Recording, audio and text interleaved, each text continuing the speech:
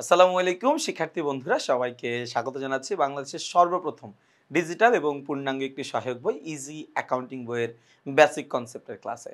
আমরা বেসিক কনসেপ্টটাকে এমনভাবে ডেভেলপ করেছি যে তোমরা আমাদের এই ইজি অ্যাকাউন্টিং বইয়ের বেসিক সেকশনটা দেখলেই তোমাদের চোখ জুড়িয়ে যাবে।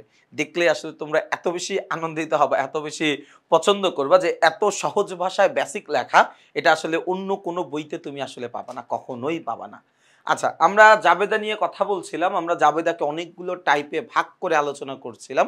তো আজকের এই টাইপে আমরা আলোচনা করতে চাই দেনাদার পরিশোধ সংক্রান্ত লেনদেন, অর্থাৎ দেনাদার সৃষ্টি হয় বাকিতে পণ্য বিক্রয় থেকে। খেয়াল করিও ভাইয়া, দেনাদার সৃষ্টি হয় বাকিতে পণ্য বিক্রয় থেকে এবং ওই দেনাদার যখন বাকিতে বিক্রয়কৃত পণ্যের মূল্যটা আমাকে পরিশোধ করে দেয়, এই পরিশোধ করে দেওয়ার মাধ্যমে দেনাদার নামের সম্পত্তিটার নাম বন্ধ হয়ে যায় বা দেনাদারটা শেষ হয়ে যায়, দেনাদারটার উপযোগিতাটা শেষ হয়ে যায়, তাই না? এখানে একটু খেয়াল করে দেখো, আমাদের এটা একটু মনে রাখা লাগবে যে দেনাদার সৃষ্টি হয় কখন? বাকিতে পণ্য বিক্রি করলে, এবং দেনাদার আমার জন্য একটা সম্পদ। আমি যে কথাটা বারবার প্রত্যেকটা পর্বে তোমাকে বলছি যে আমরা জাবেদাটা শিখছি কিছুটা কৌশল অবলম্বন করে, কিছুটা সহজ টেকনিক অবলম্বন করে। যেই টেকনিকে আমরা জাবেদাগুলো করলে আমরা আসলে বেসিকই না শিখেও জাবেদা করতে পারবো, বেসিক না শিখেও আমরা জাবেদা করতে পারবো। তোমাদের যাদের একদম বেসিক মেনে জাবেদা করার অনেক ইচ্ছা, তোমরা একটা কাজ করতে পারো, সেটা হচ্ছে আমাদের এই ইজি অ্যাকাউন্টিং বই তৃতীয় অধ্যায়ে চলে যাবা। তৃতীয় অধ্যায়ের নাম হচ্ছে দুতরফা দাখিলা পদ্ধতি।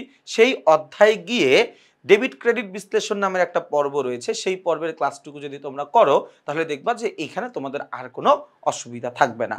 আচ্ছা, আমরা এই দেনাদার পরিশোধের লেনদেনগুলোর যখন জাবেদা করব তখন কি টেকনিক অবলম্বন করব দেখো। দেনাদার নামের সম্পত্তি কমে যাওয়ায় দেনাদার হিসাব ক্রেডিট করতে হবে। এই জিনিসটা মুখস্থ। দেনাদারের কাছ থেকে আমি টাকা পাইছি, দেনাদার আমাকে পরিশোধ করছে, মানে দেনাদার হিসাব ক্রেডিট। দেনাদার যেই মাধ্যমে আমাকে টাকা পরিশোধ করেছে, দেনাদার আমাকে ব্যাংকে টাকা পরিশোধ করতে পারে, দেনাদার আমাকে নগদে টাকা পরিশোধ করতে পারে। দেনাদার যেই মাধ্যমে, খেয়াল করে দেখো, যে সকল মাধ্যমে দেনাদার হতে অর্থ আদায় হয়েছে সে সকল মাধ্যমকে ডেবিট করতে হবে। তো এই পর্যন্ত হইলে আমাদের আসলে দেনাদারের 80% লেনদেনে জাবেদা করা হয়ে যায়। বাকি 20%-এর জন্য একটা জিনিস একটু শেখা দরকার, সেটা হচ্ছে বাট্টা প্রদান করলে। এই কি করলে ভাইয়া? বাট্টা প্রদান করলে। একটু খেয়াল করো, বাট্টা প্রদান করলে আমাদের ডেবিট করতে হয়। এখন আমি বাট্টাটা কখন দিব? যখন আমি কারো কাছ থেকে টাকা পাই তখন আমাকে টাকা ছাড় দিতে হয়। খেয়াল করিও, আমি যখন কারো কাছ থেকে টাকা পাবো তখন আমার টাকা ছাড় দিতে হবে। কি দিতে হবে? ছাড় দিতে হবে। এখন আমি টাকা পাবো কার কাছ থেকে? দেনাদারের কাছ থেকে। তাহলে আমি ছাড় দিব কাকে? দেনাদারকে ছাড় দিব। কথাটা কি বুঝাইতে পারছি? আমি টাকা পাবো কার কাছ থেকে? দেনাদারের কাছ থেকে টাকা পাবো। কার কাছ থেকে? দেনাদারের কাছ থেকে টাকা পাবো। তাহলে দেনাদারকে আমার টাকা ছাড় দিতে হবে। আমার কথা কি আমি বুঝাইতে পারছি ভাইয়া? এই কথাটা কি বুঝাইতে পারছি কিনা আমাকে বলিও। তাহলে এখানে একটু খেয়াল করে দেখো, যখন আমি দেনাদারকে টাকা ছাড় দিব ওইটা হচ্ছে আমার জন্য বাট্টা প্রদান হিসাব। ওইটা আমার জন্য কি? বাট্টা প্রদান হিসাব। ভাই ওইটা আমার জন্য কি? বাট্টা প্রদান হিসাব। কারণ আমি দেনাদারকে বাট্টা দিচ্ছি, ছাড়টা আমাকে দিতে হচ্ছে। তাহলে আমি যদি ছাড় দেই সেটার নাম হচ্ছে বাট্টা প্রদান, এবং বাট্টা প্রদান একটা ব্যয়, এটাকে আমার ডেবিট করতে হবে। তার মানে আমি যদি কখনো অঙ্ক করতে গিয়ে বাট্টা নামে কোনো কিছু দেখি দেনাদারের এইখানে, তাহলে বাট্টা প্রদান হিসাবকে আমি ডেবিট করে দিব। কথাটা কি বোঝা গেছে ভাইয়া? তাহলে এইখানটা একটু খেয়াল করে দেখো ভাই, আমরা এখানে কাজটা কি করব? তাইলে দেনাদার নামের সম্পত্তি কমে যাওয়ায় দেনাদার নামটা ক্রেডিট করে দিব। তাহলে 1 নম্বর লেনদেনটা একটু দেখি। সানির নিকট হতে 2700 টাকার চেক পেয়ে ব্যাংকে জমা দেওয়া হলো। এখন সানি, তার কাছ থেকে আমি চেক পাবো কেন? সানি কি আমার তালই বাড়ির আত্মীয় লাগে? মানে সানি আমাকে চেকটা দিছে কেন, বা সানি আমাকে চেক দিবে কেন? সানি আমাকে চেক দিচ্ছে তার কারণ সানির কাছে আমি টাকা পাই। সানি আমাকে চেক দিচ্ছে তার কারণ আমি সানির কাছে টাকা পাই ভাইয়া। আমি সানির কাছে টাকা পাই, এই জন্য সানি আমাকে চেক দিছে, তাই না? তাহলে সানির কাছ থেকে আমি যদি চেক পেয়ে থাকি, সানির কাছ থেকে আমি যদি চেক পেয়ে থাকি তাহলে এটা আমার জন্য কি ভাইয়া, এটা আমার জন্য দেনাদার হিসাবটা কমে যাচ্ছে, তাই না? তাহলে দেনাদার নামক সম্পত্তি কমে যাওয়ায় দেনাদার হিসাবকে ক্রেডিট করতে হবে। দেনাদার নামে সম্পত্তি কমে যাওয়ায় দেনাদার হিসাব ক্রেডিট করতে হবে। তাহলে এই যে দেখো, দেনাদার সানি হিসাব কি করে দিব, ক্রেডিট করে দিব। যে সকল মাধ্যমে দেনাদার হতে অর্থ আদায় হয়েছে সেই সব মাধ্যমকে ডেবিট করতে হবে। আমি মাধ্যমটা কি ছিল ভাইয়া, নগদ অর্থ পাইছি না কি পাইছি, এই যে দেখো চেক পাইছি, চেক পাইছি। তাহলে মাধ্যমটা কি, মাধ্যমটা হচ্ছে ব্যাংক হিসাব, ব্যাংক হিসাব ডেবিট। ভাইয়া যখনই আমরা এই সহজ টেকনিক অবলম্বন করে জাবেদা শিখতে যাব তখন আমাকে বারবার এই লাইনটা পড়তে হবে, বারে বারে বারে বারে এই লাইনটা পড়তে হবে। কি বলা আছে, দেনাদার নামক সম্পত্তি কমে যাওয়ায় দেনাদার হিসাব ক্রেডিট করতে হবে। দেনাদার নামের সম্পত্তি কমে যাওয়ায় দেনাদার নামের সম্পত্তি ক্রেডিট করতে হবে। আমি যেই মাধ্যমে দেনাদারের কাছ থেকে টাকা পাইছি সেই মাধ্যমটাকে আমরা ক্রেডিট ডেবিট করে দিব, সেই মাধ্যমটাকে আমরা ডেবিট করে দিব। দেখো আরেকটা লেনদেন, দেখো আরেকটা লেনদেন, পণ্য বিক্রয় বাবদ ইমনের নিকট হতে ৩,৪০০ টাকা বিলের স্বীকৃতি পাওয়া গেল। বিলের স্বীকৃতি পাইছি, তার মানে এখন আমি টাকা পাইনি। হ্যাঁ, এটা বিক্রয় সম্পর্কিত লেনদেনে শিখে আসছি। এটা কোন সম্পর্কিত লেনদেন, বিক্রয় সম্পর্কিত লেনদেনে এটা আমরা শিখে আসছি। এটা এখানে না শিখলেও হবে, এখানে এটা কি না শিখলেও, ও না এটা শিখতে হবে। এই জায়গায় কি হয়েছে দেখো, একটা হচ্ছে কি আমি কি করছি, পণ্য বিক্রির সময় বিলের স্বীকৃতি দেই। এই জায়গায় কি করছে, পণ্য বিক্রয় বাবদ ইমনের নিকট থেকে ৩,৪০০ টাকার বিলের স্বীকৃতি পাওয়া গেল। তার মানে এই জায়গায় আগে সে আমার জন্য দেনাদার হয়ে গেছে, তারপরে সে আমাকে বলছে ভাই টাকাটা আমি এই বিল দিয়ে গেলাম 2 দিন পরে দিব। তো এটা একটা এক্সেপশনাল, এটা খুব একটা ইম্পর্টেন্ট না ধরে নিতে পারে, এটা একটু লেস ইম্পর্টেন্ট, বাট এটা জাবেদাটা একটু শিখে রাখো, কারণ বিভিন্ন নিয়োগ পরীক্ষাতে এই জিনিসগুলো তোমরা দেখতে পারবা। তাও এটা হচ্ছে কি প্রাপ্য বিল ডেবিট আর কি দেনাদার হিসাব ক্রেডিট। ওকে, এরপরে দেখো এই জায়গায় একটা বাট্টা সম্পর্কিত লেনদেন পাওয়া যাচ্ছে।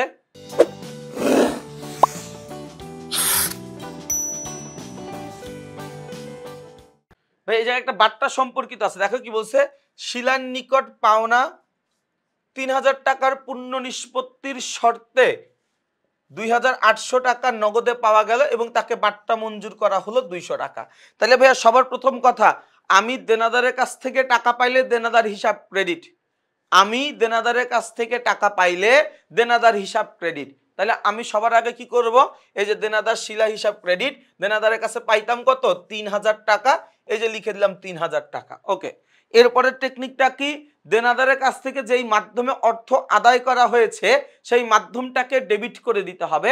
দেনাদারের কাছ থেকে আমি নগদে পাইছি কত টাকা, ২৮০০ টাকা পাইছি। নগদে পাইছি কত টাকা পাইছি, আমি ২৮০০ টাকা পাইছি। তাহলে নগদান হিসাব ডেবিট ২৮০০ টাকা, নগদান হিসাব ডেবিট কত টাকা, ২৮০০ টাকা, ২,৮০০ টাকা। ওকে, ভালো কথা, এই পর্যন্ত গেল। এরপর আমাকে কি বলছে, ২০০ টাকা বাট্টা মঞ্জুর করা হলো। এন্ড তোমাকে এইটা নিয়ে চিন্তা করার দরকার নেই তুমি কি বাট্টা পাইছো না বাট্টা দিছো, এটা তোমার আইডেন্টিফাই করার দরকারই নাই। তুমি দেনাদারের কাছ থেকে টাকা পাইছো মানে তোমাকে বাট্টা দিতে হইছে, তুমি দেনাদারের কাছ থেকে টাকা পাইছো মানে তোমাকে বাট্টা দিতে হইছে, তোমাকে বাট্টা দিতে হইছে, তুমি বাট্টা দিছো, তাই না? তাহলে তুমি যদি বাট্টা দাও, বাট্টা প্রদান হিসাব ডেবিট, এই যে প্রদত্ত বাট্টা হিসাব ডেবিট ২০০ টাকা, ২৮০০ আর ২০০ ৩,০০০, আর এই পাশে হচ্ছে ৩,০০০। উত্তর মিলে গেছে। কথাটা কি বুঝাইতে পারছি ভাইয়া, এই কথাটা কি বুঝাইতে পারছি কিনা আমাকে বইলো। ওকে, এরপরের লেনদেনটা আমরা দেখি কি বলা আছে, নাহিদের নিকট পাওনা ৫,০০০ টাকার পূর্ণ নিষ্পত্তিতে, ৫,০০০ টাকা পাওনার পূর্ণ নিষ্পত্তিতে ৬% বাট্টায়, তাহলে ৫,০০০ টাকা ৬% কত হয়, ৫,০০০ ইন্টু ৬%, এই ৫,০০০ টাকার ৬% হয় হচ্ছে ৩০০ টাকা। তাহলে ধরে নাও ৩০০ টাকার পূর্ণ নিষ্পত্তিতে নগদ ৩,০০০ টাকা এবং অবশিষ্ট টাকার জন্য চেক পাওয়া গেল। খেয়াল করো ভাইয়া, আমি টাকা পাইতাম তার কাছে ৫,০০০ টাকা, এই ৫,০০০ টাকার ৬% মানে ৩০০ টাকা আমার বাট্টা দিতে হবে। তার মানে আমার টাকা থাকতেছে কত, ৪,৭০০ টাকা। এই থাকতেছে কত, ৪,৭০০ টাকা। এই ৪,৭০০ টাকার মধ্যে নগদে দিছি আমি ৩,০০০ টাকা, তাহলে নগদে ৩,০০০, নগদে ৩,০০০ টাকা যদি আমি দিয়ে দেই তাহলে জায়গা থাকে কত, ১,০০০ আর ৭০০ ১৭০০ টাকা। তার মানে এই জায়গায় একটু খেয়াল করো ভাইয়া, তার মানে ১৭০০, তার মানে কি এইটুকু হচ্ছে আমার মোট দেনাদার, এইটুকু হচ্ছে আমার মোট দেনাদার, এইটুকু হচ্ছে আমার জন্য বাট্টা, এইটুকু হচ্ছে আমি টাকা পাবো, এইটুকু হচ্ছে আমি টাকা পাবো, এইটুকু হচ্ছে আমি নগদ পাইছি, এইটুকু হচ্ছে আমি ব্যাংকের মধ্যে পাইছি। কথাটাকে আমি বুঝাইতে পারছি ভাইয়া?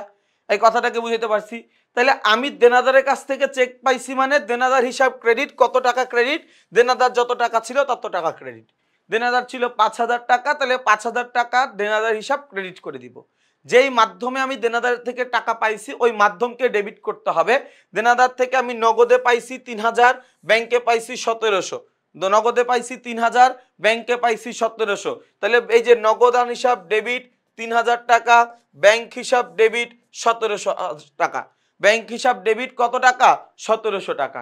এরপরে কি করছি ভাইয়া? বাট্টা দিছি। যেটা কি আমি বাট্টা দিছি, এখানে আমি বাট্টা দিছি প্রদত্ত বাট্টা হিসাব, প্রদত্ত বাট্টা হিসাব। তাহলে প্রদত্ত বাট্টা হিসাব কি করতে হবে? ডেবিট করতে হবে। কত টাকা? 300 টাকা। কথা কি বোঝা গেছে কি যায়নি ভাইয়া? কথাটা কি বোঝা গেছে কি যায় না আমাকে বলিও। এরপরে আমরা আসি ভাইয়া 5 নম্বরে। কি বলা আছে? হাবিব দেউলিয়া ঘোষিত হওয়ায় তার নিকট পাওনা, তার নিকট পাওনা 3,200 টাকা আদায় হবে না। দেখো মাঝে মাঝে এরকম হয়, আমি কোনো ব্যক্তির কাছে টাকা পাই, ওই ব্যক্তি গরিব হয়ে গেছে, ওই ব্যক্তি ফকির হয়ে গেছে, ওই ব্যক্তি মিসকিন হয়ে গেছে। তার মানে আমি কোনো দেউলিয়া ব্যক্তির কাছ থেকে টাকা দাবি করতে পারবো না।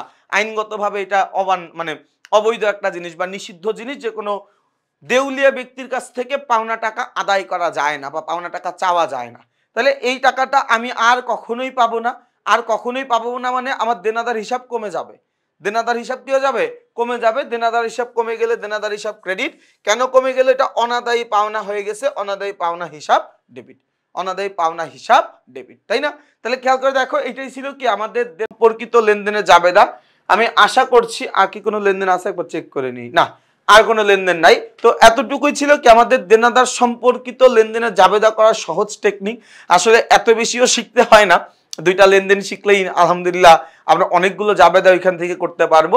দেনাদার থেকেও খুব কম পরিমাণের লেনদেন থাকে, সবচেয়ে বেশি লেনদেন থাকে মূলধন নিয়ে, ক্রয় নিয়ে, বিক্রয় নিয়ে, আয় নিয়ে, ব্যয় নিয়ে। এগুলো নিয়ে সবচেয়ে বেশি লেনদেন থাকে, বাকিগুলো থাকে খুব অল্প অল্প।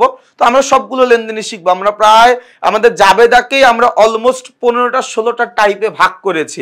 তার মানে তুমি বোঝো যে তোমার জন্য কতটা সুবিধাজনকভাবে এই বইটা লেখা, যাতে করে তুমি জাবেদাটা খুব সহজে বুঝতে পারো। তো তোমাদের সবাইকে অনেক অনেক ধন্যবাদ। তোমরা যারা যারা আমাদের এই ইজি অ্যাকাউন্টিং বইটা সংগ্রহ করেছো, তোমরা তোমাদের বইয়ের কি পছন্দ হলো, কোন জিনিসটা পছন্দ হলো না, অর্থাৎ ওভারঅল বইয়ের বিষয়টা আমাদের টেকনিক ইজি এডুকেশনের ফেসবুক গ্রুপে জানাবা। আমি সেখান থেকে দেখে নিব তোমাদের মতামতটা। এবং যারা যারা এখনো বইটা সংগ্রহ করো নাই, তাদেরকে বলবো যত দ্রুত সম্ভব বইটা সংগ্রহ করে ফেলো। তার কারণ বাংলাদেশে এই প্রথম তুমি বইয়ের সাথে শিক্ষক ফ্রি পাচ্ছ, বইয়ের সাথে তুমি শিক্ষককে সার্বক্ষণিক তোমার পাশে পাচ্ছ।